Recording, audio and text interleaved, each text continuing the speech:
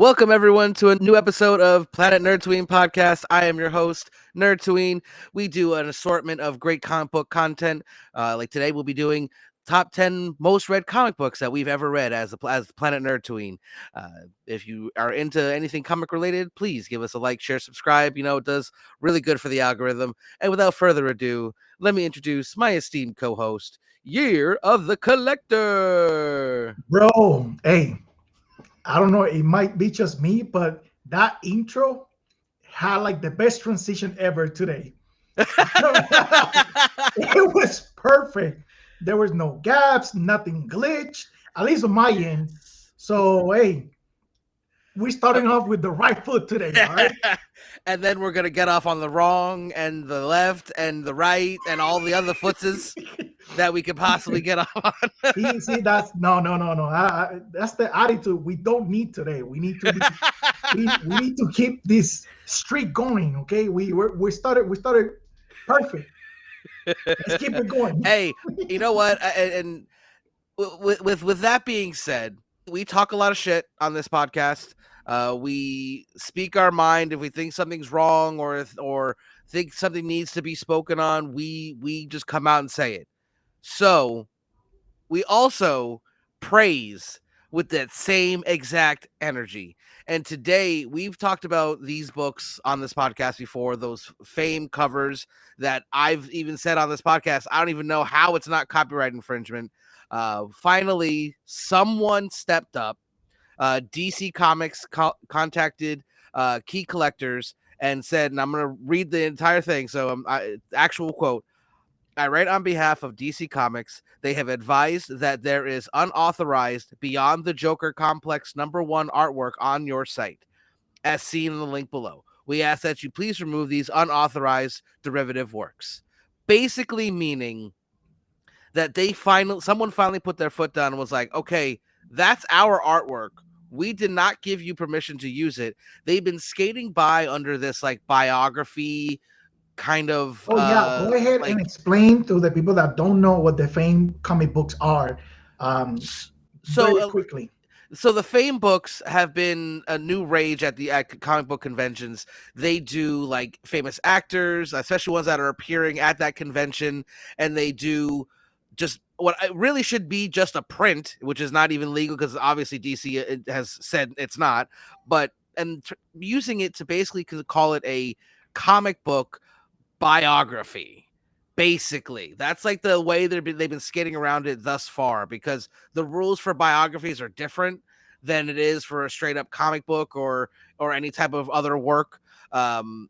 So what they've been doing, like for instance, the cover that they specifically pointed to was a cover that was reminiscent almost exactly to The Killing Joke, with the Joker and Batgirl. So DC finally was like, okay, we did not give them permission to use this. And we said on this podcast, we're talking about them before, when we talked about like the Mel Gibson one that had like the Mad Max cover. It was literally even if someone drew it, it was the Mad Max cover minus the Mad Max title. and they just called it the Fame cover. And we've been saying, I wonder how they're getting away with it. It doesn't look like they will for much longer. So the cover you're referring to, I think it's from like a Batgirl book from like the Rebirth era, and it's like an homage cover to the Killing Joke, because it has he has Joker and Batgirl next to each other, kind of like reminiscent of that scene where he she opened the door and he shot her. Yeah, so no, it was the Batgirl book that it was. That's right. Yeah, no, I was scrolling through our conversation because you have sent the post from Nathan Szerdy. Shout out to Nathan Szerdy too, because he called this out. Hey, I'm not associated with these people. What they're doing is not right. I don't support this, and nobody else should. He called them out before DC says anything publicly. He even said, like, because he did do one cover with them. And like he said, I did one, and I realized it was a mistake, and I will never do it again. And I am so happy to see people in the community and DC's got weight. You know what I mean? Like DC's not a small little indie press. Like they've got the lawyers upon lawyers. Like, you want to fight them, you gonna lose that battle. Like, I think guaranteed. the publishing house for these Fame books is Tidalwave. Tidalwave. Yeah. Yeah. So they've been put on notice to, stop this buffoonery. I mean, but unfortunately, it's just DC so far, at least that we know of. So, like, no other, and I'm hoping that all the, like, Marvel, because they've done Charlie Cox, Daredevil, and John Bernthal, Punisher, as well as other covers as well. That, for me, like I said, if someone drew that, more power to them. That was fantastic artwork. I praise you. Well done. But in these cases where it's literally the cover of the movie or an exact replication of something that's happened before, it's not okay. You know what I mean? Like, it's just not. And I'm hoping that, like, if the movie studios get involved, because, like, they had one with Elijah Wood, and that thing looked like the Lord of the Rings cover. I was like, wait a minute, it looked like the movie poster. I was like, I'm thinking, like, man, I kind of like that. Damn, like, where I've seen that before. That looks familiar. You know why I like it? Because it's a ripoff. But yeah, I definitely wanted to send that shout out to DC for doing that, because we talk a lot of shit to a lot of people about a lot of things, and I thought, and these covers happened to be one of them, and I love that finally someone at least is like, no, this ain't right. But so shout out DC, well played. We are impressed here on Planet Nerdtooine for that move. So today's going to be a very interesting day, because this is our 10th episode. The big 1-0, baby. This many. I give it a 10. Perfect 10. So we're going to do something we usually don't do on this show. We're going to give you a list, but it's not going to be, I'm not going to do what everyone thinks I'm going to do and give you a list to go by. We're going to give you a list of the top characters that we have read and that we enjoy. So this isn't like, these are the best versions of these characters, read those. No. We're not saying that at all. I mean, in some cases, you might be like, that's a good idea. I should go read that. But we're not trying to influence you to buy anything, or I mean, if you want to just read it on, like, the Marvel apps, please do. I'm sure you'd like any of the suggestions we have today. It's very, very weighted to the big two, unfortunately, because in a lot of indie comics, you know how good they are. A lot of them are limited series. One-offs, basically. You know what I mean? Like, you might get a 4-issue, 12-issue. There's not many Walking Deads or Invincibles or Spawns that go hundreds of issues and spawn off other titles to where you can even do that. And I'll be honest, I probably should have decided to go with, like, Rick or someone from The Walking Dead, because, I read all those books, and I, am a zombie comic author my dang self. I thought that would almost hit the nail too hard on the head. You know what I mean? Like, I felt like if I talked about The Walking Dead, it would just be, I would end up sounding like a hater, because I think my book's better than The Walking Dead. So, and that's a personal thing on my end. But we're going to get started, because we've got a lot to get into. So it's a collected list of both hosts together. And on that note, Year, why don't you start us off? All right. So this was pretty easy pickings for me, because, like I was telling Nerdtooine, everything I do with my comics is cataloged already in League of Comic Geeks, so I can just pull up, the top 10 most collected or the top most read characters in my collection. Number one, and unfortunately, if you read enough DC, you are gonna tally up a lot of Batman appearances. There's no way around that, right? Like, Batman is in almost every series, at least in one arc. Okay. And not only that, but he's got, like, at any given time, he could have like 3 or 4 ongoing series, running simultaneously. Like you got Nah, the bro. Detective 304, Comics, you've got the Batman, you've got like 304. That was on the 90s. Right now, they're 1200. right now they're pushing out like 12 books, 12 to 15 books on any given month. Batman related or Batman adjacent. So trust me, it's kind of hard to avoid the Cape Crusader. But if if I can't skip it because it's unfortunately my number one most read character. Not unfortunately. Don't say it like that. Batman is because I love wasn't Batman. trying. That's what I mean. I wasn't trying to have Batman be my most read character. It's just he happened to be in almost every DC book. So I would say I am very basic and easy to please when it comes to Batman stories. My favorite Batman story is Batman Year One.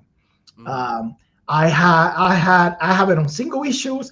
I had it on the red hardcover that came with the DVDs. I've seen the movie adaptation plenty of times, and I like it because it's basic.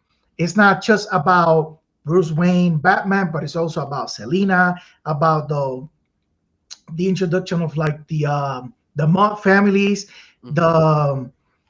It's also the year one for Jim Gordon in Gotham City, and I like it because regardless of whatever universe you're looking at, Batman Year One is like the general origin story for any Batman.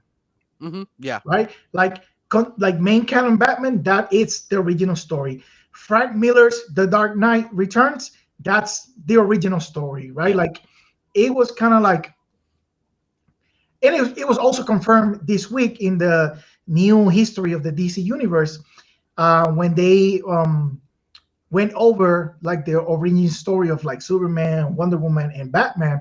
It referenced specifically the Batman Year One story for Batman.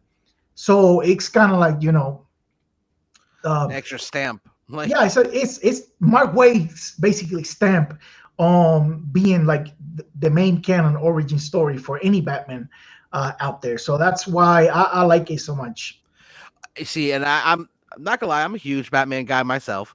That was one of the first, besides Wolverine, which I will talk about later, characters that I really got into as a kid because they were so readily available in the 90s. You know what I mean? Like there was like I was saying, there was Batman, then there was Detective Comics, and those were Halloween. Yeah, they all had their own separate night. Oh, see, and we want to talk about my favorite Batman storyline of all time. It's Nightfall. It's not the best. It's not the best. It's up there. It's up there. There was something about him losing. Like he got beat, like Bane broke his back.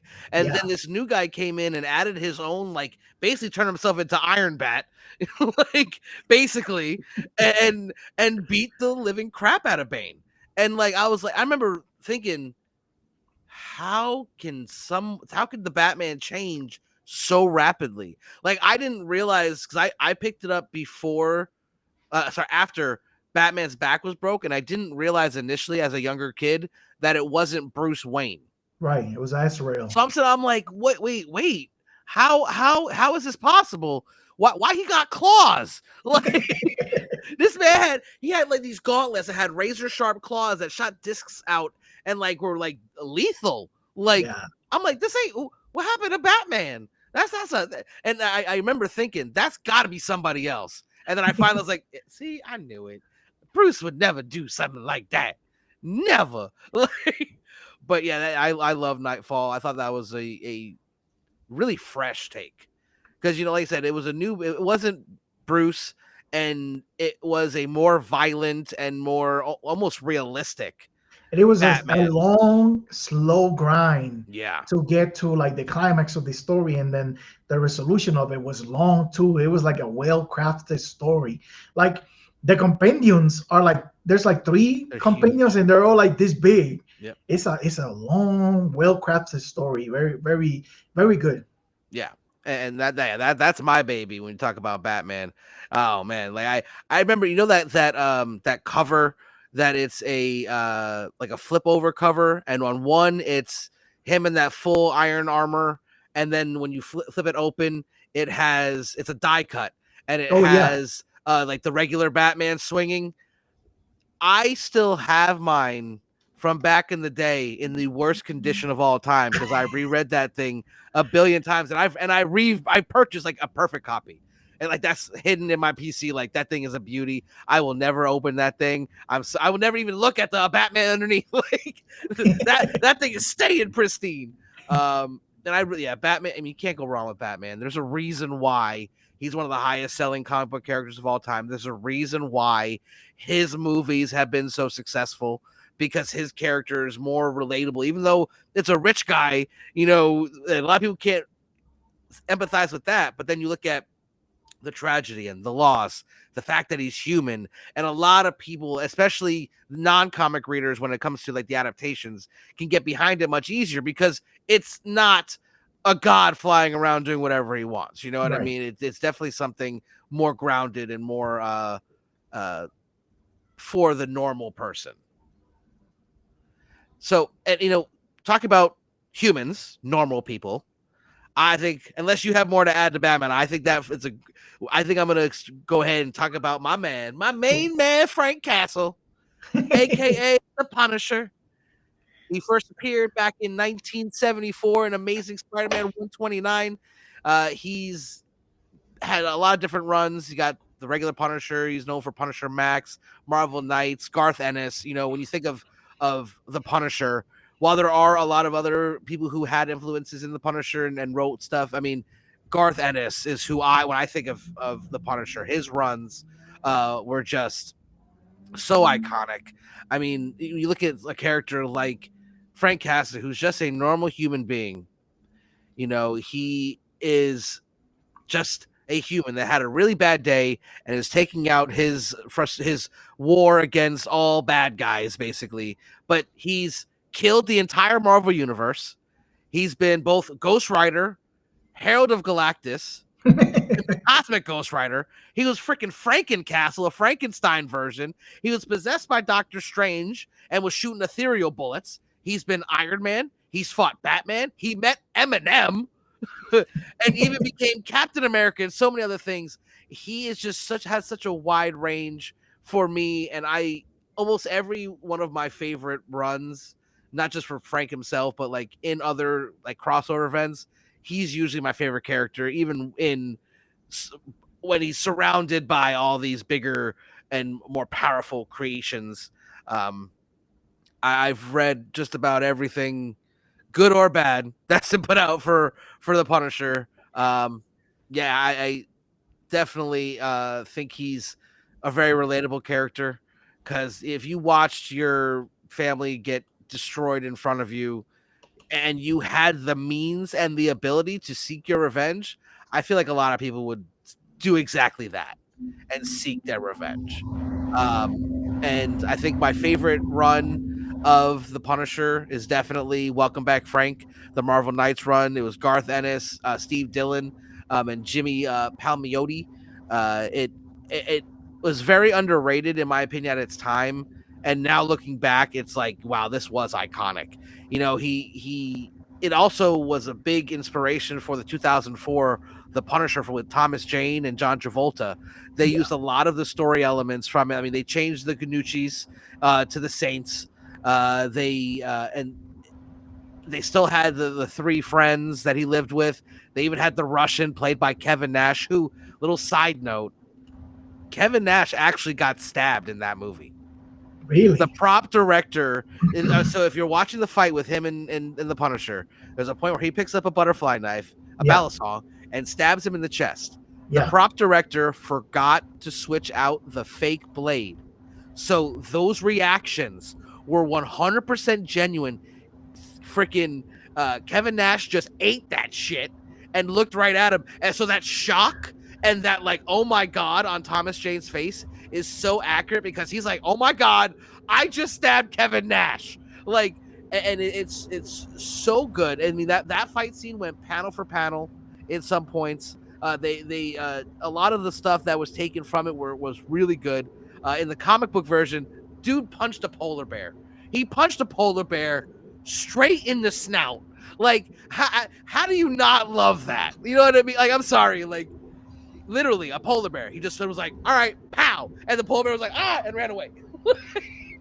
I'm sorry. I'm still processing the fact that Kevin Nash got stopped for real in that movie. Like, how these accidents keep happening in movies with like props. How do you forget to change the real knife to the fake knife? Why do you even bring a real knife to the movie set to begin with? So the reason behind that was it was cheaper to actually, because he actually opened it and like did the twist, you know, with the balsam. Yeah. So like they couldn't do that in post because they didn't have the money to like CGI him like or anything like that. You so can't do that with a fake knife. No, because of the weight. Mm. Because when you're flipping it, it's counterbalanced to be able to do that. So like when he did that and set it up, that should have been cut. All right, here you go. Take that. All right, I take the other one. Okay, action. Ha! No, that's not what happened. He stabbed that man for real. Oh my god, that's just like that whole thing's just stressing me out just thinking about it.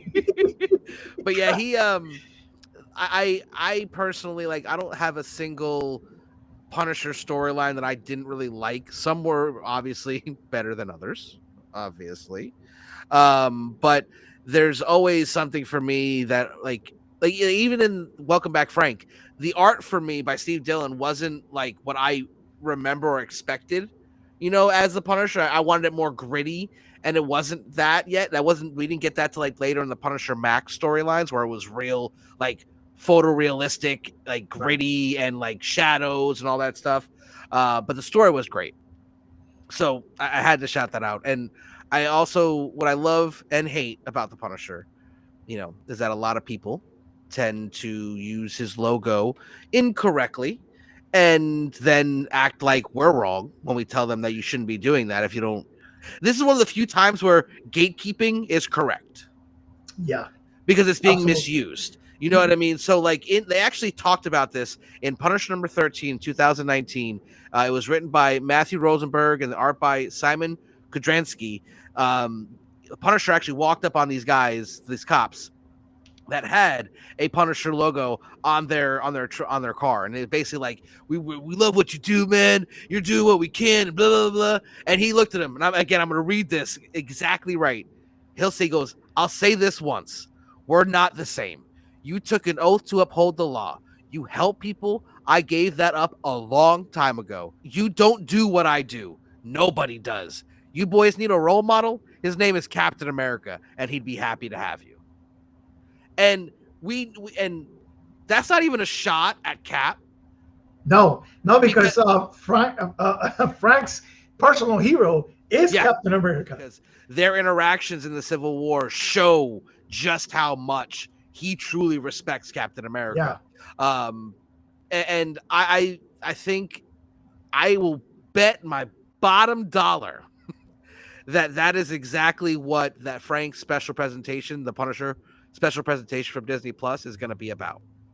Well, it already started in the Daredevil show. Right, but it's its own. Right. Like he's actually, I got a notification that filming has started in New York, and apparently he's gonna wear the trench coat. Nice. We haven't seen Bernthal in the trench coat.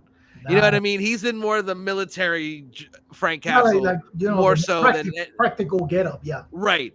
Nah, apparently we're gonna see the iconic trench coat, man. About time. It's gonna be a special presentation, so they can actually go like the R rating, like they did with the Daredevil Born Again, which is fantastic, by the way. Another great appearance by Frank in that show. But yeah, I am a huge Punisher fan. Oh, and I always have been, and I've been saying my whole life. I see people rocking these Punisher symbols, like, and this would be back in the day before everyone was a nerd and everyone read comics. Like, this was when, like, closeted, you had to read and like hide in the corner because you didn't want to get made fun of type. And I still see people with the Punisher logo. I'm like, you don't know what that means.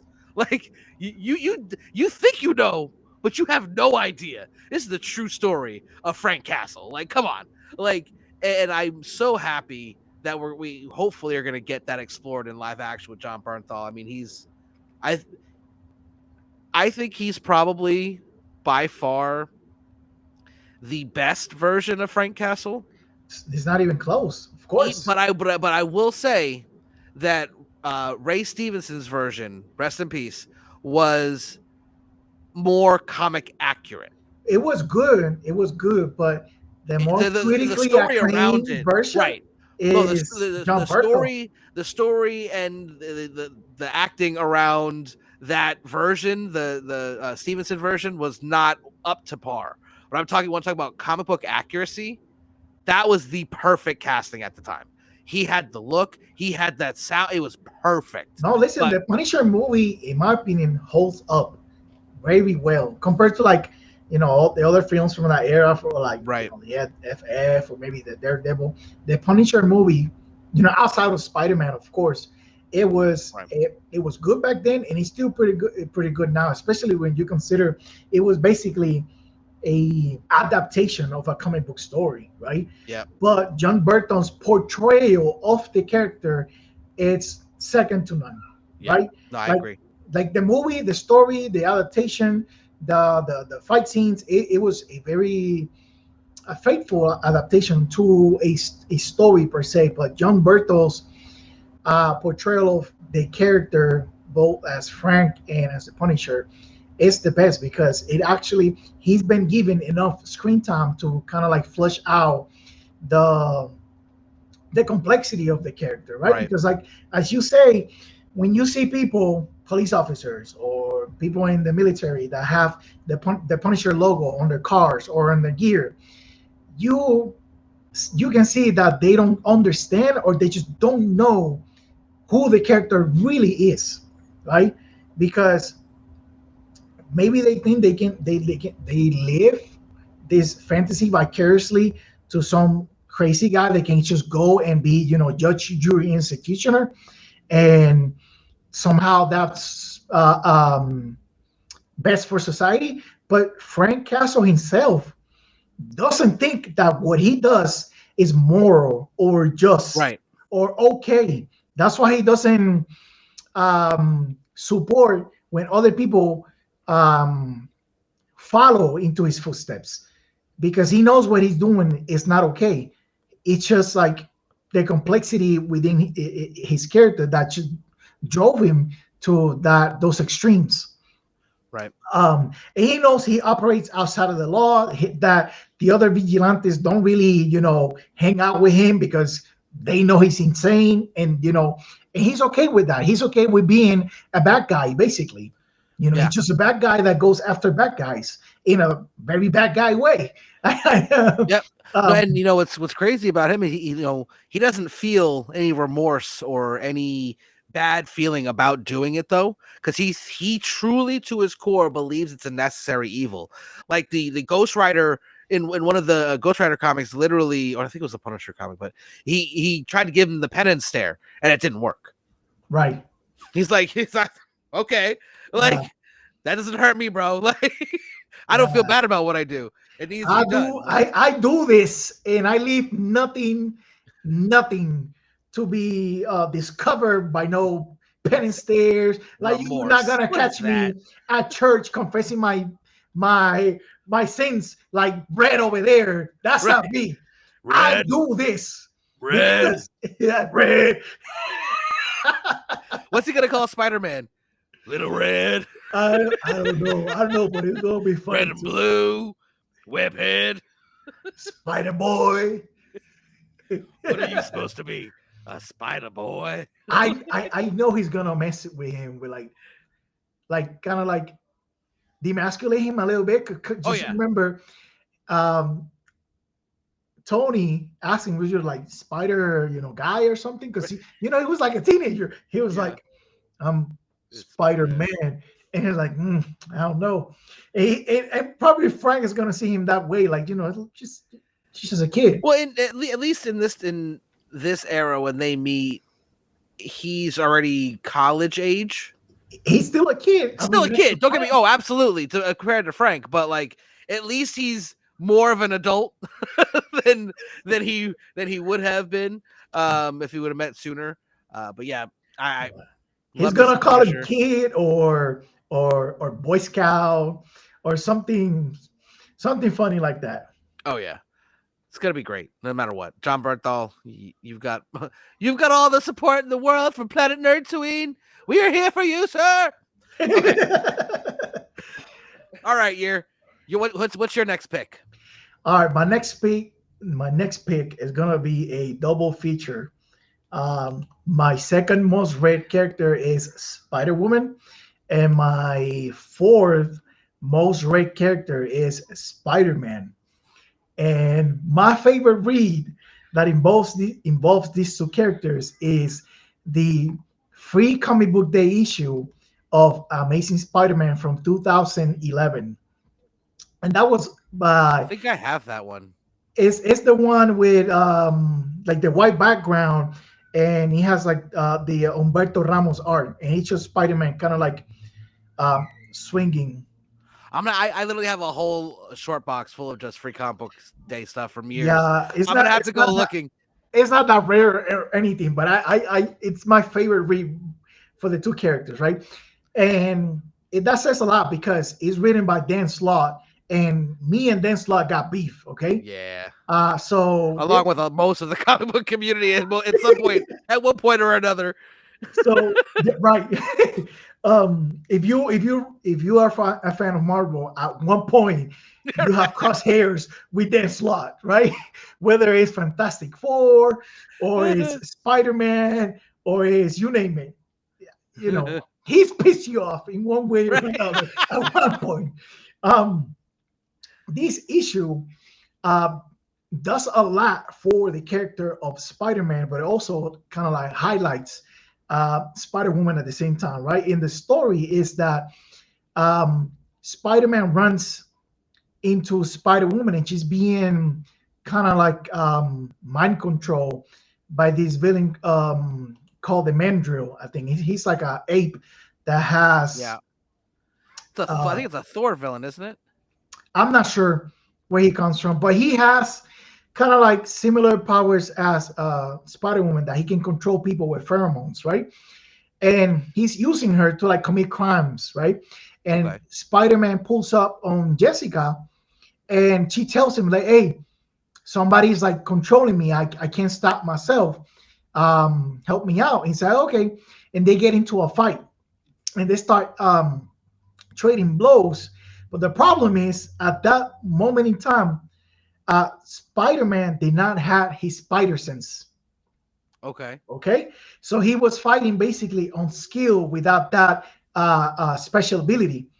And when he was next to Jessica, he was no match, because Jessica might not have a spider sense, but she has pretty close stats, right? Like speed, strength, stuff like that. But she's also like trained in different forms of martial arts, right? So she starts like whooping him bad.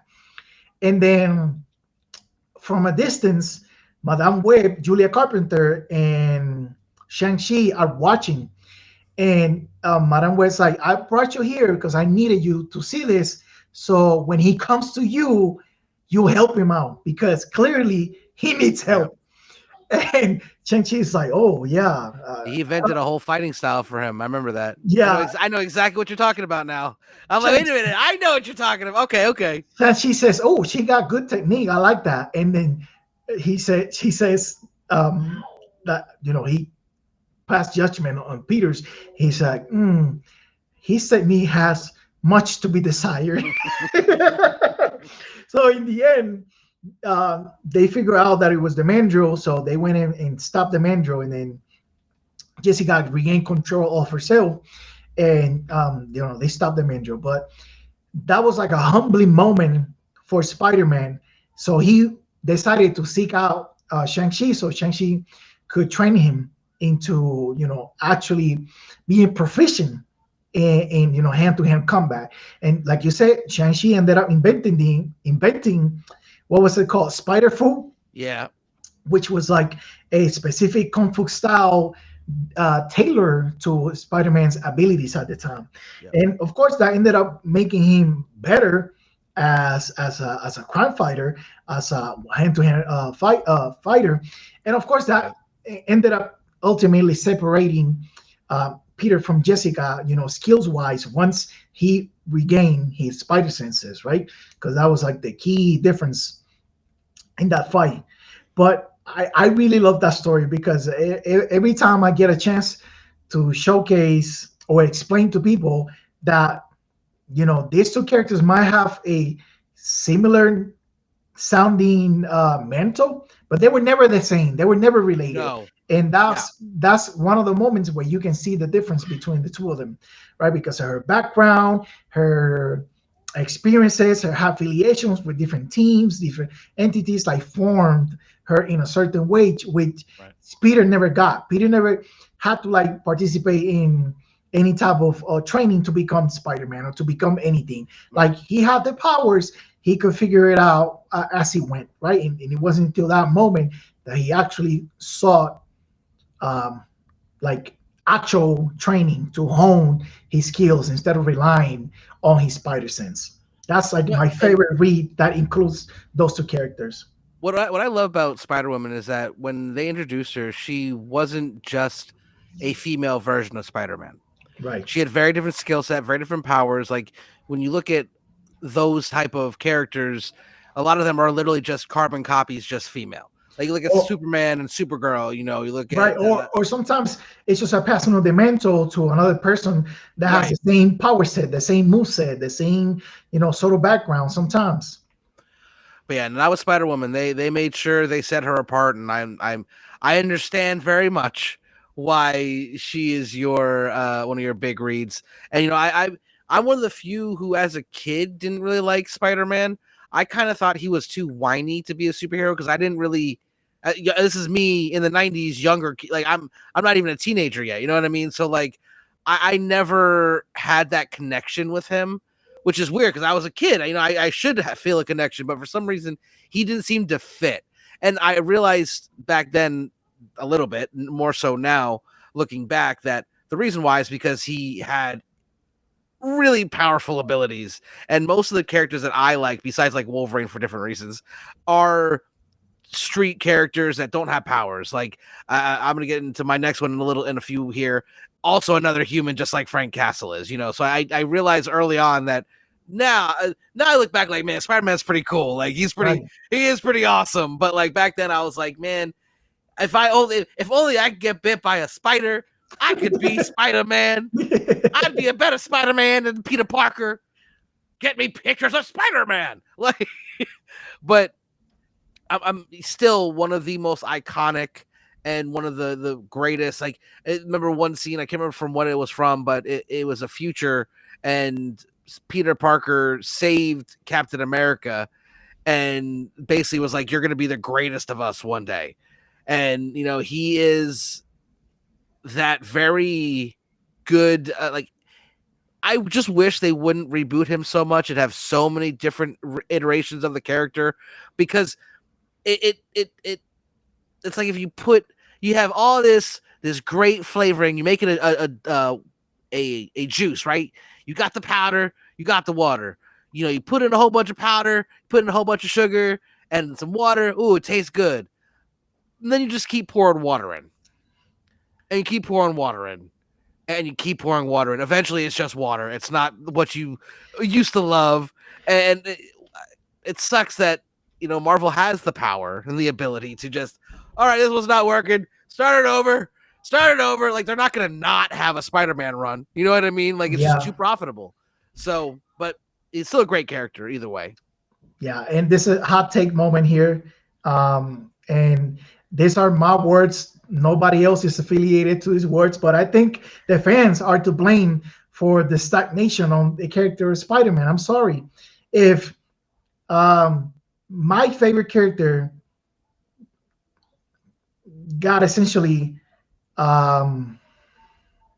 forcibly changed into a status quo, and then it became apparent that this was going to be a reoccurring theme for the character, like every 5 years, every 4 years, every 6 years, at one point I would have to say, okay, this publisher is not going to get any more money out of me because they're unwilling to let my character breathe after subtle changes. They're not gonna allow my character to grow or have a natural growth or allow any character growth or character arcs to stay, because that means it'll lead to something else away from the status quo. So they get to like reboot.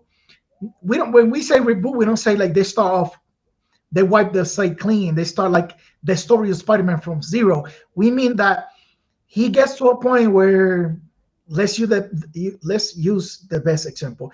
He's dating MJ again. His life is okay. He's financially well. He has a stable job. His families and friends are good. He's close to Mary Jane. What they do? Oh no, we can't have him. We can have him be happy. We can have him be stable. We can have him marry MJ. So let's break him up. Let's get him fired. Let's make him broke again. And then they go all the way back to that status quo where like he's broke, he doesn't have a job. It just happened. Literally, for as much as people complain about the Zeb Wells run, when the new one started by Joe Kelly, he didn't have a job. Right? Let's check the boxes here. He wasn't with MJ. He didn't have a lot of money. And it started with him being like having these like blackout episodes where he doesn't know what happened, but he was kind of like running or like messing with like the people that are supposed to be his friends. Like you get, the whatever it is, a trifecta of like the status quo that Marvel wants to keep Peter Parker in no matter what, right? You bring in Miles, they become and this is like the new one. Miles is brought into the 616. They become friends. It gets to a point that maybe, Peter can retire, not permanently, but, take a seat back, do something else, be the guy on the chair or like handle something else and pass on the mantle full time for Miles. And what they do, they make them beef, or they make them have some type of disagreement where like, all right, Miles is going to be over there in these boroughs. He's going to be the Spider-Man, the friendly neighborhood Spider-Man of that side of New York City, and Peter is going to be on this side. Like, it's tiring, and I blame the fans, because for as much as they complain on social media about the Zeb Wells run, it made it almost, I think it made it past like 60 issues. So yeah, if it wasn't selling, it would have made it to 20. Right. It would have made it to 30, 40, 50. You know what I mean? Like, those things don't happen nowadays. Like, even A-list characters or popular characters get their runs relaunch on their new #1 because sales go down.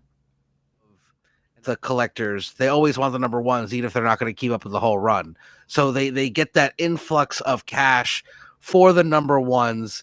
And it just keeps getting redone and over again. It's like comes to a point where it's like you said, I'm not buying a Spider-Man book anymore. Like I have, the last Spider-Man book I bought was it was an homage of the Hobgoblin cover. Okay. But it was graded, like I got it for like $10, and it's like a $55 exclusive grading. So I was like, yeah, I'll take that for a dirt cheap. Thank you very much. Was it the Peach Momoko? No, it was Tyler Kirkham, the one where he's doing the rip. Yeah, because I know Pichimoko did something with Hobgoblin that it was also an exclusive a few years ago. Yeah, and I was like, all right, fine, I'll rob you blind. And you got it for the art. No, it wasn't even for Spider-Man. Because it's graded. Like I would never read. I can't read it unless I'm gonna break the slab open. Right. You know what I mean? Like I just saw the value. I was like, oh man, that's a rare exclusive. That's a 9.8. That's a $10. How much? Shit. Yeah. Damn it. You got me. You really twisted my arm on that one. But do you have any other thoughts on Spider-Man after we finally kind of beat him into the ground? No. Kingpin style? We beat him like Spider-Woman on the 2011 Free Comic Book Day issue. Sit down.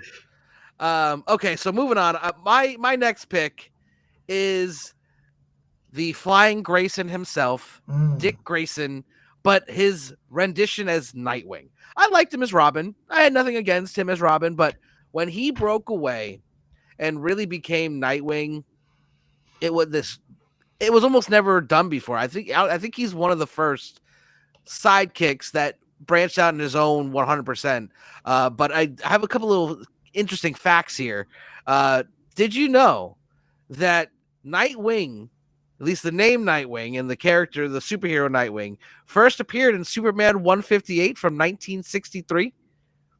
When Superman and Jimmy Olsen went to the bottle city of Kandor and pretended to be vigilantes?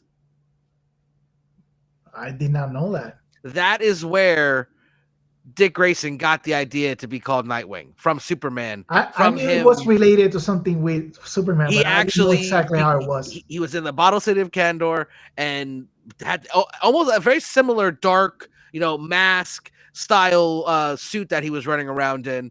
But the version we're going to talk about is Dick Grayson. Marv Wolfman and George Perez really reinvented the character when he first appeared in Tales of Teen Titans number 44 in 1984. For me, he's basically Batman, but a better acrobat and has a smart mouth like Spider-Man. Maybe that's why I didn't need Spider-Man, because I had Nightwing. You know what I mean? Like, that might have been part of the reason that I didn't really dive too much into Spider-Man, because I had my wisecracking, smartass, brilliant superhero that was, he was an adult then, but you still saw him as like the younger heroes, and I really think that Nightwing is overall one of the most complete characters in DC. Like, his arcs are, even when they have new writers come in and new storylines, who he is at his core doesn't change very much at all. Like, Nightwing is, tragic backstory with his parents dying. Batman takes him in. He gets older, gets away from Batman, goes to Bloodhaven. That goes with the Teen Titans. It's all a very similar track, even when it's redone or relaunched, like we were talking about with Spider-Man. So at least that it's very continuity wise, very in sync, unlike a lot of DC stuff. But Nightwing got it going on. And he's done, like, he's just a pure human. One time he went 96 hours straight patrolling Gotham when Batman wasn't around. 96 hours straight, people. That is physically, humanly impossible. But he did it without drugs. He led the Teen Titans. He's beat characters like Deathstroke, Ra's al Ghul, so many more. And big time, talk about long runs. Nightwing, the legacy, is now at over 300 issues. But not even with like counting legacy numbers, but the current run that started during the Rebirth era, it's over 120 something like that. That's what I think. Yeah. It's the longest run in DC outside of Batman. Everything else has been relaunched. Everything else is 50 issues or less, right? A best case scenario. But Nightwing is on it's almost at the same issue count as Batman, like the flagship carrier for the publisher. Nightwing is like right behind it. Yeah, and it's because what they've done is this series, like, because initially they had a one shot and they did a 4-issue little miniseries, and then it returned in '96, and it's been the same series since then. And what they've done is they've just changed out the writers and art teams periodically, but didn't reboot or relaunch the character. They just kind of kept going with the story. Right. And like the current Tom Taylor version is probably the best. I think Tom Taylor left the run a little while ago, but he was on it for a long time. So it started. His run started at 78. So issue 78 of this run. So if he stopped, even he went to 100, that's still almost 25 issues. That was fantastic. And the way they introduced like these characters, like Heartless and the dog, it felt very much like a Nightwing story. And I've been reading Nightwing since he came out way back when. And it still feels like the same character.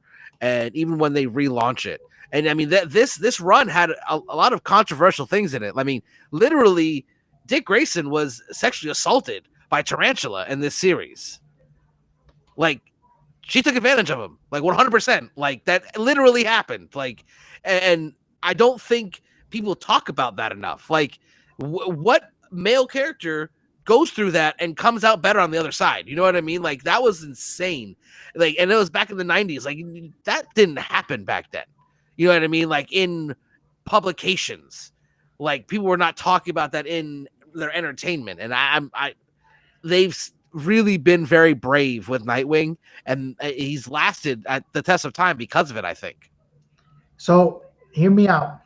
Nightwing #1 from the Rebirth, the current Nightwing run started in the Rebirth launch, which was 2016, and it's still going. It passed. Oh yeah, that's right. Everything stopped before Rebirth. Yeah, it went through the DC Universe label. It went through the Year of the Villain label era. Then it passed the Dawn of DC era. Fear State was another like short era in DC recently. Then you have the Dawn of DC, which was issue 102 specifically for Nightwing, and then you have the most recent one was the All In era, which was issue 119, and the last one to come out was issue 128. Okay. Like last week, I think, and it still has a couple more issues forward, solicited all the way to 131. Like I said, from 1 to 131 straight, same run. The only other book that tops this one in its continuity, right?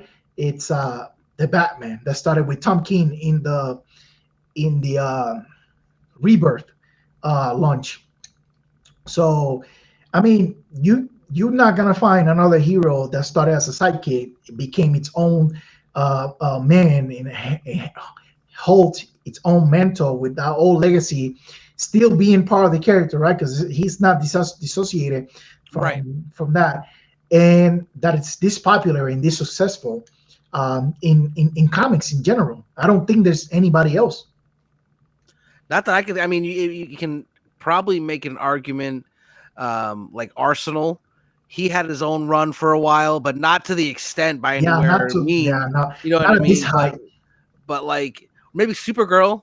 I mean, technically, she would be one of those type characters that was a sidekick and broke off on her own, had her own very successful runs. But I mean, even that's a stretch because they're related. You know what I mean? It's not like it's not like a sidekick that he trained up. No, this is someone who just showed up like, hey, I'm your cousin. Yeah. Like, technically, I'm older than you, so you gotta respect what I say. Even though I look like I'm 15. I always thought that was funny. I always thought that was funny. He's like, oh, shut up, I'm older than you. What? You look like you should be carded. But yeah, can you even say bad words? Like, Nightwing was a good pick. I was not expecting that one. Yeah, I always because I like Batman, but sometimes Batman gets a little too Batman for me. You know what I mean? Where it's always serious and always like I like characters that when they're fighting. The mission. When you got Nightwing beating up people and gargoyles looking down on the city. No, no, you got Nightwing jumping around like a freaking acrobat, still in the big top, talking shit to you have a gun? I've got fists.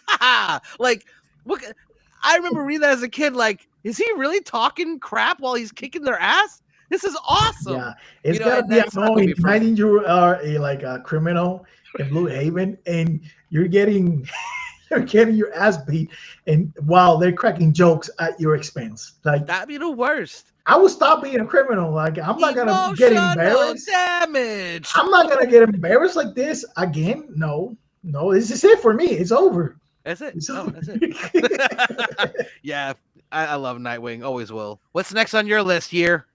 My next is my top 3 most rated character of all time, and that is the big boy in blue, the Boy Scout himself, Superman. And I'm gonna give you a not necessarily a classic read or one of the most like recommended reads for the character, right? Like you can look those up in Google, right? Like the best Superman stories of all time, right? No, I'm gonna give you a recent one that I believe deserves a lot of credit, and it's the 3 tie-in issues from the current Superman run during the Absolute Power event that DC had last year. And this is the reason why. Superman lost his powers. So he's generally man without the super, right? And he teams up with Satana so they can go and accomplish a bunch of stuff while he's also without the powers, right? And eventually they travel to the Crimson Bar, which is like a magical bar in like suspended in a place that is like away from time, and it's its own. It's like that house of the House of Magic. It's like a House of Magic or like the House of Mystery. It's like suspended in its own thing, right? Superman and Satana pull up to the bar, right?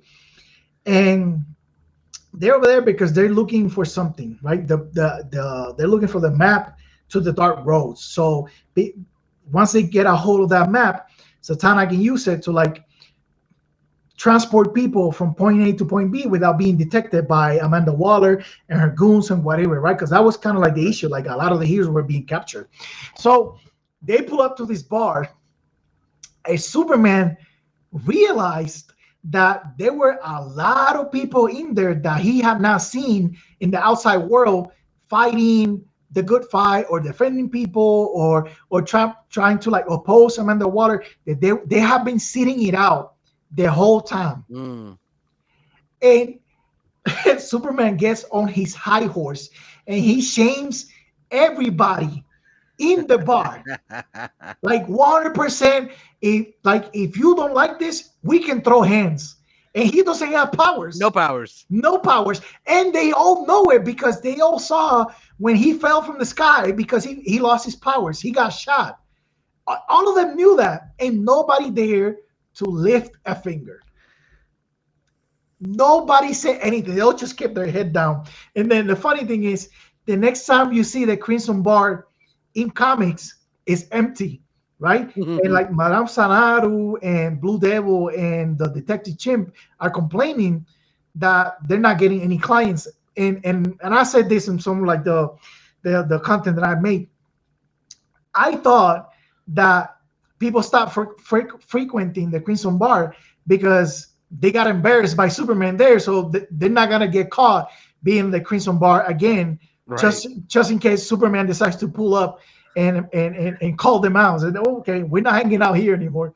So not only shame everybody that was there, he completely destroyed the clientele for the bar because now nobody wants to hang out in there because nobody wants to get lectured by Superman. Well, if you get challenged by a powerless Superman, that would be scary as hell. Like, think about that for a second. This is the being, right? And everyone who knows me, I'm not a big Superman fan. So for me to give this kind of praise might be a little crazy and feel weird. But think about this for a second. One of the most powerful beings in comics, who at different times has had some of the craziest and insane powers. This man once had rainbow vision. Okay? Like, I'm not even joking. Look it up. It's hilarious. But he's now with no power still like, listen, I'm about to whoop any last one of y'all who got one thing to say, y'all messing up, and I'm about to kick everyone. Like the thought of just like, man, just because I think you look at it like, this man must be out his dang mind. He is challenging a whole bar with no freaking powers. Yeah, like, and everybody there had to have some form of magic training or magic powers to access the Crimson Bar or the Oblivion Bar it's the Oblivion Bar in the first place. All of them had to have some sort of connection to the magical world to access the Oblivion Bar. Right? Like, he was there because of Zatanna, because if not, he wouldn't be able to reach it. So all of them were still on their A game. The only one that was a normal person in the entire bar was Superman. And he called all of them out. And in most renditions of Superman, he is susceptible to magic even when he does have his powers. And so that's an extra level on top of it. Like even if I had my powers, you could still probably hurt me, and I'm still talking shit. Like, oh man, see that I'll you know me. I don't like me some Superman, but that version I can get behind that. Like that reminds me a lot of the Apocalypse War Superman, where Darkseid depowered him with the kryptonite tattoo. So him and it was, instead of Zatanna, it was Raven. We're going around trying to get together the resistance. So like I really like that version of Superman because again, that he, instead of going to talk shit to people, he went to a bar, ironically, and found this is weird. The parallels are kind of getting me creeped out a little bit. He goes in to get Constantine's help. And Constantine and freaking Etrigan are just like drinking their way through the bar. And he's like, you're really not going to do anything? I ain't got no damn powers. And I'm here trying to do something. And that's, besides the evil Supermans, that's the kind of Superman I would be interested to read. Yeah. Because, as we talked about earlier, I'm not a big fan of the superpowered beings. You know, it's not my thing. Nothing against you for people who enjoy that. It's great. Some of the stuff is amazing, even for me who doesn't like it like that. Like the Superman when we first got not Darkseid, the one that killed him. I can't think of his name all of a sudden. Doomsday. There we go. Like that whole run when Doomsday showed up till his death. That is some of the best comic book work of all time, and the cartoon adaptation of that is so good. I still cry every time I watch it, and I know what's coming. Like, and I'm still like, and he died at the end, and it's so sad. Like, it's not fair. Like, like, and those, especially when I remember reading it as a kid and thinking, and not knowing how comics worked really as a kid, and thinking, man, Superman's dead? Like, wait a minute, hold on. That's not supposed to happen. Like, because they did kind of for a little bit. A whole year. Yeah, he was out. He was like he was dead. Like, and I remember thinking, like, wow, he really sacrificed himself. That's insane. Like, and that those kind of like those parts of Superman I love, because he's one of those characters. He's Mr. Goody Two Shoes and like has to be the hero, not to be the hero, but because it's the right thing to do. And it for me, that gets stale real quick. So when he's either fighting someone who is a match or depowered, or he takes that superpower that he has to the next step, in my head, the next logical step. Yeah, those are my type of Supermans. But I think that a character like Superman, obviously, if there isn't a single version or run of Superman that you don't like, or even a few issues, then you just don't like comics. Like, I know. You know what I mean? Like, especially like if you, even me, who's like very openly like, I'm not a Superman fan. That Death of Superman was some of the, like, I still to this day think of how great that was, and remembering how revolutionary. Like, no one thought Superman was ever gonna die. You know what I mean? Oh. He's Superman. Like, and he did. It's freaking amazing. All right, what's your next most red character? My next red character, probably my most red character, really, is the good old James Howlett, Wolverine. He first appeared in Hulk 180 in October 1974. Say it again. Say it again. He first appeared in Hulk 180 because, and we're going to get into this. We're going to get into this. I can't not. Okay. So I know a lot of people consider it 180 a cameo. And if you look up the definition of cameo, it does fit a lot of those boxes. A brief appearance. He was only in one panel. But usually a cameo has no significance or impact on the main storyline of that book. Where in this case, he does. Because he actually not only does the monologue give him an introduction, he also speaks, and they say his name. And when you look at what a full appearance is, the characteristic of a full appearance is usually he's shown in full, named, and often has dialogue. So I will fight this to my grave.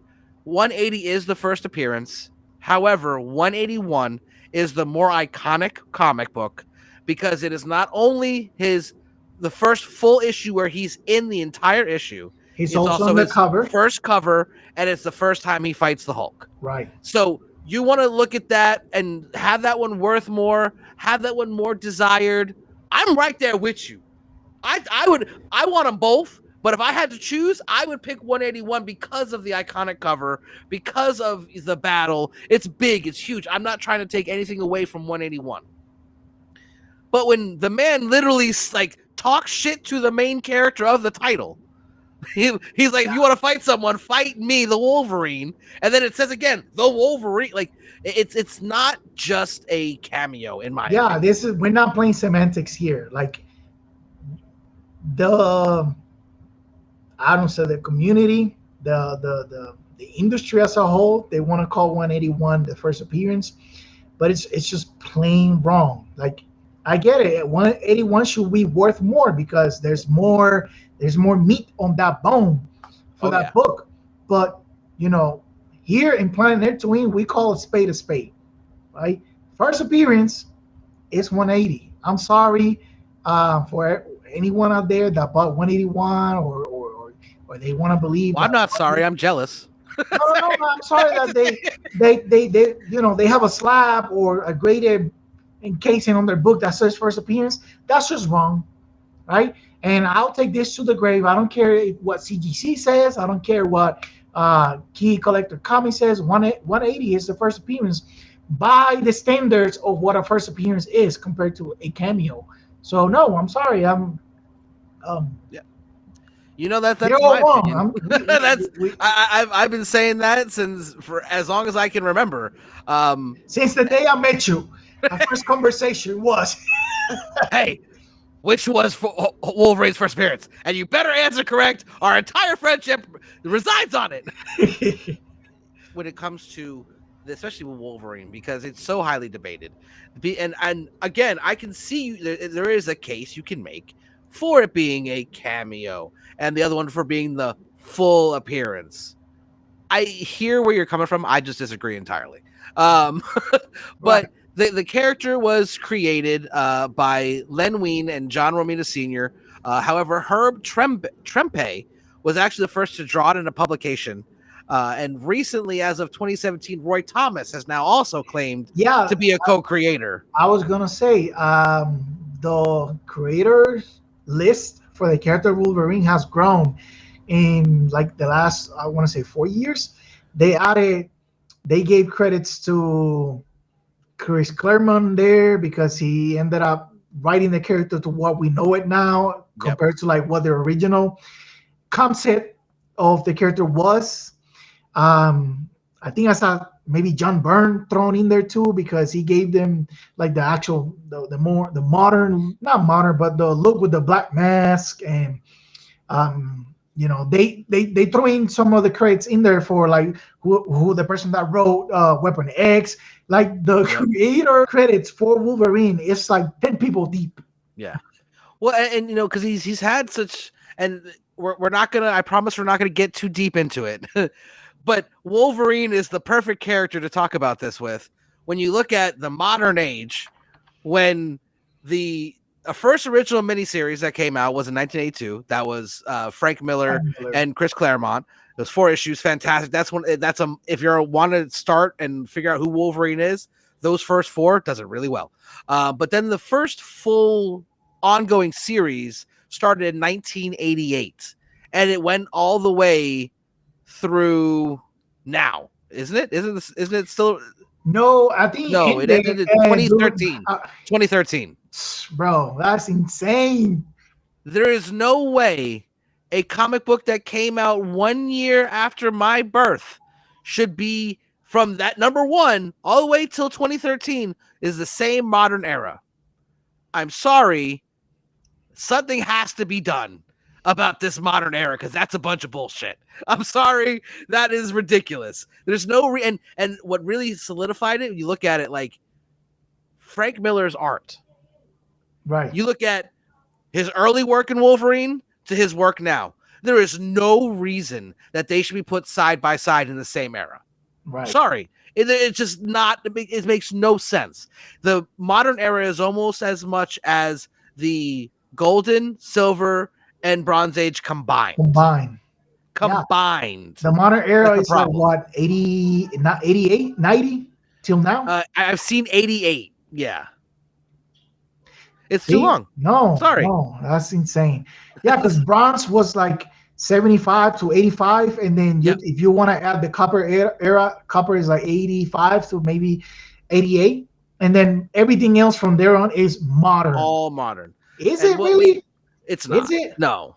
We will. I'm gonna, because we have so much more to cover, I'm gonna cut this off now. We are gonna do a whole episode on that, by the way, coming very soon.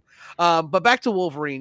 There's a lot of people, as we were talking earlier, that are big, really influential. You got Chris Claremont, who wrote so much of it, and really gave the character a whole new. Because when he first appeared, he was just a person that was coming in to fight the Hulk.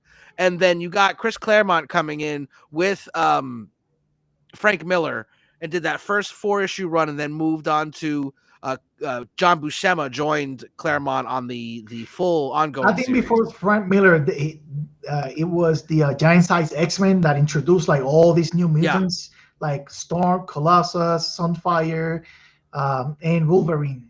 And when was that? What year was that? Oh, I don't know that off the top of my head. I'll look it up right now. But even though I actually like X-Men and know what the X-Men stand for, like some people who like the X-Men, I am drawing a blank on when that came out. But a lot of the lore and the key appearances and big time events in the Wolverine history happened during this long ongoing run. I mean, that's the first time you had him fight Sabretooth, first time he fought Deadpool, first time Patch appeared, the loss of the adamantium, the regaining of the adamantium. 75, I think. 75? 75. So that was just a few years before the 4-issue run. Okay. Yeah, the 4-issue run was like early 80s, I think. Yeah, it's 82. Yeah, because he been with the X-Men for a little while, just a little bit, until he started to get like his solo series. And some of the like you look at, he's had runs with Mark Miller, Jonathan Hickman, Benjamin Percy, all have worked on Wolverine. You have so many. You got new legacy characters now, because when he got his memories back, he found out about his son. Then he has X-23, Akihiro, Laura Kinney. There's so many. And it's good. I like the fact that they have a new Wolverine, but Logan's never going to really go anywhere. Like, even after he died, everyone knew he was coming back eventually. Like, because he had his healing factor removed and got encased in adamantium, saving a whole bunch of the younger X-Men, and just literally just died there, and did come back, obviously, because he's Wolverine. But if you're going to, like, start reading any Wolverine stuff, I mean, Ultimate Wolverine, we're covering it on this channel. We're loving that new series. It's fantastic. But, the original 4-issue run, as well as the long ongoing series by Claremont. But also, I want to throw out Old Man Logan. Yes. Because Old Man Logan really took this immortal character to that extreme of wanting to be dead now. Like he's like, okay, I've had enough. Like he's a crotchety old man battling freaking Hulks. Like he doesn't want to be there anymore. But like that, like and it's so raw. And you even have like there's old man Hawkeye who spun out of that now his own series, but it became its own universe. There's old man a bunch of stuff now. Yeah. And so you gotta, if you're gonna talk about something like that I read a lot of, that Old Man Logan, I read that to death. Like that was so brilliant. And I don't know why we never really thought about that prior. You know what I mean? Like you think about like, how did no one do an old man Logan storyline before? And then it's like, well, I mean, maybe because it was just waiting for the perfect person to do it, because that was fantastic. He is the best at what he does, and what he does isn't very nice. And I love him. He's a short. And you know what's crazy? I did not even mention the fact that I love him because he's short or hairy or any of that, because that is what got me in the door. But him as a character and what he's done through this long career of being a character is what really kept me. And one thing I think we need, I'm pitching this to Marvel. If you take it and run with it, I just want to be there for the premiere. That's all. I don't need any credit or nothing. Just fly me out. Okay, that's it. I'll pay for the hotel.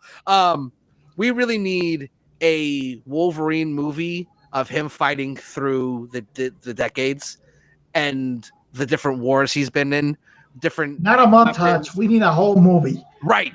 Give us that montage you had, but give me an hour and 45 minutes of it. Like that is so interesting. And the fact that we just got a little montage in the origin film is just, I mean, if whoever decided that all we need is that little bit would be enough, that's why you're the reason why Wolverine Origins failed. Or maybe the CGI claws in the mirror. That might have been that, or Deadpool's mouth being shut. Clearly don't know anything about Deadpool. If that's your idea of a good character design. All right. Enough about my short friend who never gets the girl and always loves Jean, even though he would probably love her better than Mr. Cyclops. I don't know. That love triangle became a triplet instead of a love triangle. So does it even matter that he didn't get the girl if he got the guy? Like he got the whole he got the matching set now. He got them both. So like for those who don't know, in the current canon, they have connecting rooms and are openly like a throuple. I think that's what they call it. Listen, more power to you, Wolvie. You got the best of both worlds now. Hallelujah. Holla if you hear me. All right. Moving on. My next solo character is Thanos himself. He first appeared back in 1972 in Iron Man number 55, created by Jim Starlin and Mike Friedrich. I mean, everyone knows Thanos. He's wielded the Infinity Gauntlet, took out half of the universe, is the biggest simp in the universe. He survived a full force Black Bolt scream. I mean, no one does that. If you watch, Doctor Strange: Multiverse of Madness, or know anything about Black Bolt, besides the what was on the screen. He's defeated characters like Hulk, Thor, Silver Surfer. I mean, you name it, he's gone toe-to-toe. He held his own against Odin, the All-Father. You know what I mean? That's impressive. Granted, in Secret Wars, God Emperor Doom made him look like a little bitch. Well, but that's neither here. I even though that's a badass scene, I kind of forget that happened. But he had some great storylines, Infinity Gauntlet, Infinity War. My favorite was Thanos Wins, because for me, when you look at the character of Thanos, by the way, Thanos Wins is during Thanos Volume 2, back in 2017, written by Donny Cates and Jeff Shaw. They created this storyline where King Thanos ruled at the end of time. He had killed every single being in the universe except for when the series, this run started, it was the only people left alive was Silver Surfer, Frank Castle, and we'll get into that in a second, and the Hulk. Oh, and Galactus. That was it. Because he ended up killing Galactus, but that was it. There were 4 beings besides Thanos left in the entire universe. And it was so what happened was Frank Castle, what basically was dying on Earth after Thanos came and wiped everybody out. He made a deal with Mephisto, became the Ghost Rider. Okay. And then after a long time, and which ended up driving Frank insane because it was just him basically talking to himself. Right. Which, to be fair, he didn't need it that much to go over the edge. Oh, he was correct. Exactly. And his only goal at this point is to get back at Thanos for killing everybody. And then who shows up on Earth but Galactus? And Galactus, instead of just eating Earth, he saw that there was someone alive and basically was like, okay, here's what we're going to do. I'm going to make you my herald, give you the power cosmic, and we're going to go take out Thanos. Well, that didn't exactly happen. The Rider, as Thanos called him, or Cosmic Ghost Rider, ended up teaming with Thanos and becoming his like right-hand man. And then we later find out that the Hulk is King Thanos' pet. Wow. He literally has Hulk on a chain, with like just acting like a ravenous dog almost. Like it's crazy. And then King Thanos sends Cosmic Ghost Rider, back into the past to pull in Thanos because all he wants now is to die. Oh, this is, by the way, after he beat the Silver Surfer, who went off for eons to become worthy and came back with Mjolnir and still lost. To Thanos. Still lost. And then, so in the end, he brings a Thanos to kill him so that he can be with his love death. That's all he wants. That's what almost every Thanos wants, is just to be with the woman he loves. Biggest simp in all of comics. I mean, he literally destroyed an entire universe and half of universes just to try to impress her. But when our version of Thanos beats him in hand-to-hand combat, whoops his ass. And then King Thanos is like, oh man, finally, someone can kill me so I can be with death. That's not what Thanos had planned. Thanos instead erased that version of his timeline completely. So that version never existed.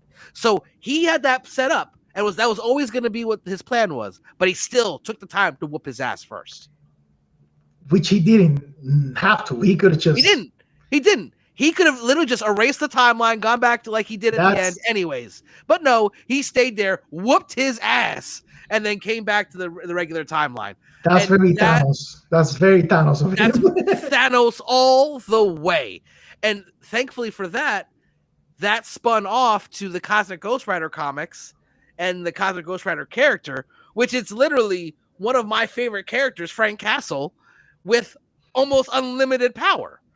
Dude goes back in time and tries to like kill baby Thanos, can't do it, raises him as his own, and then you have the Punisher Thanos. I mean, it's just so many crazy, amazing things that I just love so much. Like, it's just so amazing. And anyone who says it's not fun and enjoyable, and this is coming from me, enjoy something for once. All right? I'm the one who picks apart everything, complains about just about everything. And if I'm telling you just to read it and enjoy it, just read it and enjoy it. It's a comic book. Have fun. Have fun. By the way, Cosmic Ghost Rider ended up joining the Guardians of the Galaxy too at some point as well. So it's another pretty cool thing. But yeah, what are your thoughts on Thanos? Man, I haven't read that much Thanos, but I'm very aware of his escapades and his feats. At least the most popular ones. Because I'm not very well read in the cosmic side of Marvel, and like same for DC. Like I'm not easily, I guess, drawn out to like cosmic stories for the most part. Right. So like it's not just Marvel. Like in DC, I'm not very familiar with like stuff like from like Danagar or Ran, or even like the stuff that the Green Lanterns be doing. I don't really read Green Lantern stories like that. Well, yeah. To be fair, there's way too many for you to keep up with all of them, because there's one in every sector Green Lantern, and it's like a bagillion sectors. There's like 10 of them, and I read none of them. So that's how unattractive like cosmic stories are to me. But I do know that Thanos has this little kid that he always goes to like bully on his birthday. Yep. You're familiar? Yeah. Yep. So I've been aware of Thanos. It's crazy when you look at Thanos, because like he's been around for so long. Like he was even around during like the jokey era where like he had his own helicopter. I see. Dude had a helicopter, but he had a chair that could freaking teleport him to any fucking place he wanted.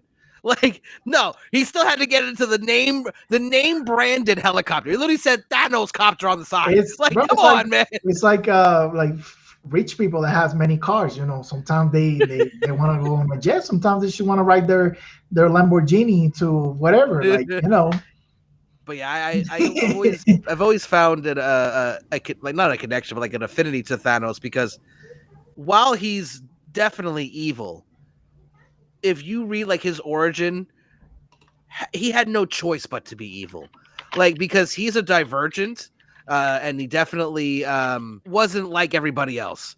So he was picked on from the get-go, and basically, I mean, outside of what's on like the MCU and a couple, YouTube videos here and there, I'm not like well read. I actually have a hardcover for a Thanos book, and I haven't even cracked that open yet. It was Romez, our friend, Romez guy. Hooked me up with it, and I still haven't read it. I don't even know if it's a Donny Cates or not. I think it might be, because it's not an old series. It looks pretty recent. But I haven't even checked it out. I get to my collected editions when I have nothing to read, right? Like I read like my post from like Wednesday to Saturday, and then the rest of the days I read like back issues from runs that I have collected. And when I take a break from those, or I finish a run from from a series that I collected, if I have spare time, I'll grab a trade, and then I'll read a trade in the side. That's kind of how I kind of like knock those out, but I haven't even got to that one. It might be the Donny Cates. I'll have to if it is, read it. Yeah. If it is, read it per my request. All right, so Thanos was technically our number 9. Batman is twice in that list. Another character that's gonna be twice in the list is Wolverine as well. That's literally my top 8 most read character. And in all the readings I have read, I got it right here, 290 single issues of Wolverine. Woo! And I know that's not a lot, because he has more comics than that, but that's what I have read, right? And this is why I have like a whole video about this that I'm gonna say on my channel, and it's that Jessica Drew, Spider-Woman, and James Howlett, Logan, Wolverine, actually have a lot of shared history in their publication, right? When Wolverine started his his volume 2 run by Claremont and John Buscema in Madripoor, Jessica Drew was there in the first 2.5 arcs, I want to say. And then later, like around like the issues like 125 to like 130, Wolverine was fighting Hydra, who had like mind control a bunch of mutants. Jessica Drew was there too, right? When Wolverine he had like that wedding ceremony with Viper, like Madame Hydra, and they got interrupted by Sabretooth. Jessica Drew was there, right?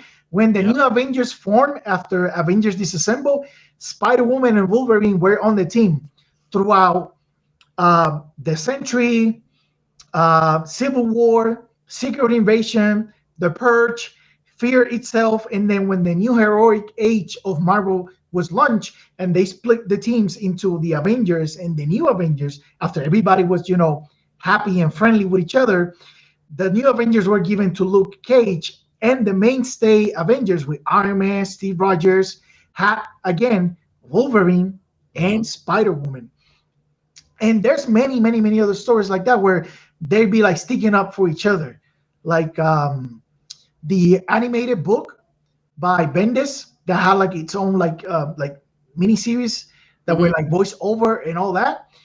Wolverine had a really nice part there when he talks to Spider-Woman, because after Secret Invasion, she kind of like withdrew herself from everybody because people were kind of like giving her the elbow because She's a little rough around the edges. Yeah, Jessica Drew was like the face of the Secret Invasion because Queen Berenki took her likeness, right, and got on camera and did all the stuff, and like and the whole world saw that.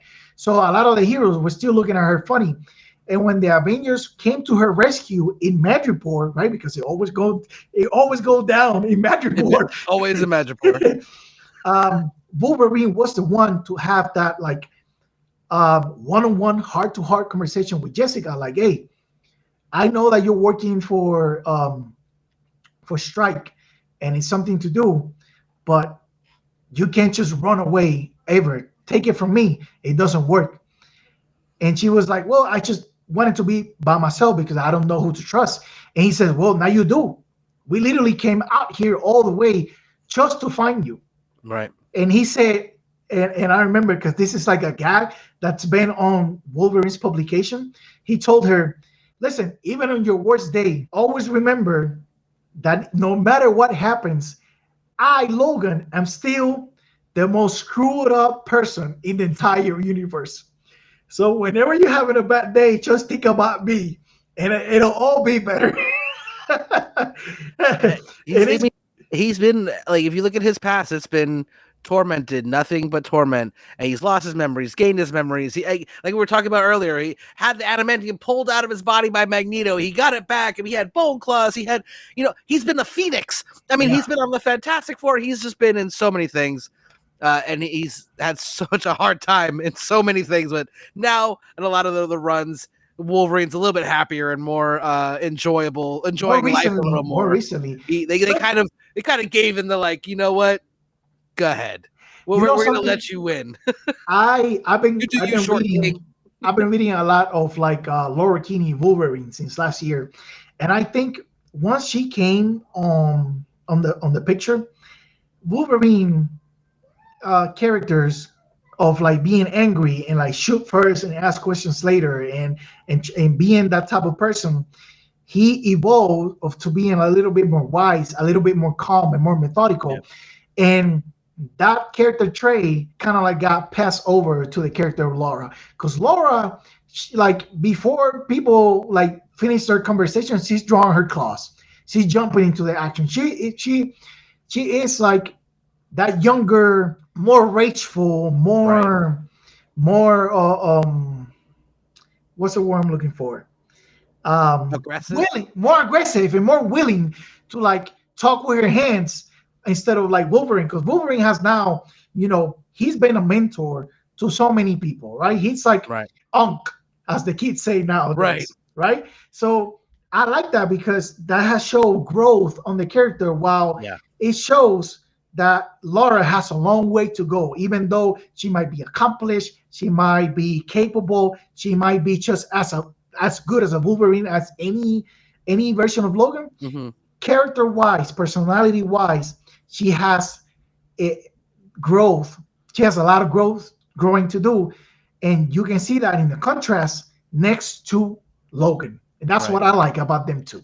And Logan's always been like that. He even rough around the edges, angry, but he always kind of looked out for the younger ones. Like you look at Rogue, you look at Kitty Pryde, you look at all these other young characters that he mentored. You gotta love Wolverine, Logan, James Howlett. How can you not? Especially with all the renditions.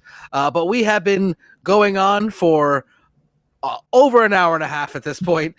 So thank you all for anyone who's been here this whole time. We really appreciate you. We really enjoyed putting together this top 10 list. We're going to be doing more of these lists every 10 or so, depending on how it shakes out. But we look forward to seeing you in a couple weeks. We will have another great show for you. And again, this is Planet Nerdtooine. If you like comic books, if you like people talking shit, talking the truth, you like people doing breakdowns and all these great lists for you, try to give us a like, share, subscribe. It means a lot. It helps us out. And until next time, stay nerdy, my friends.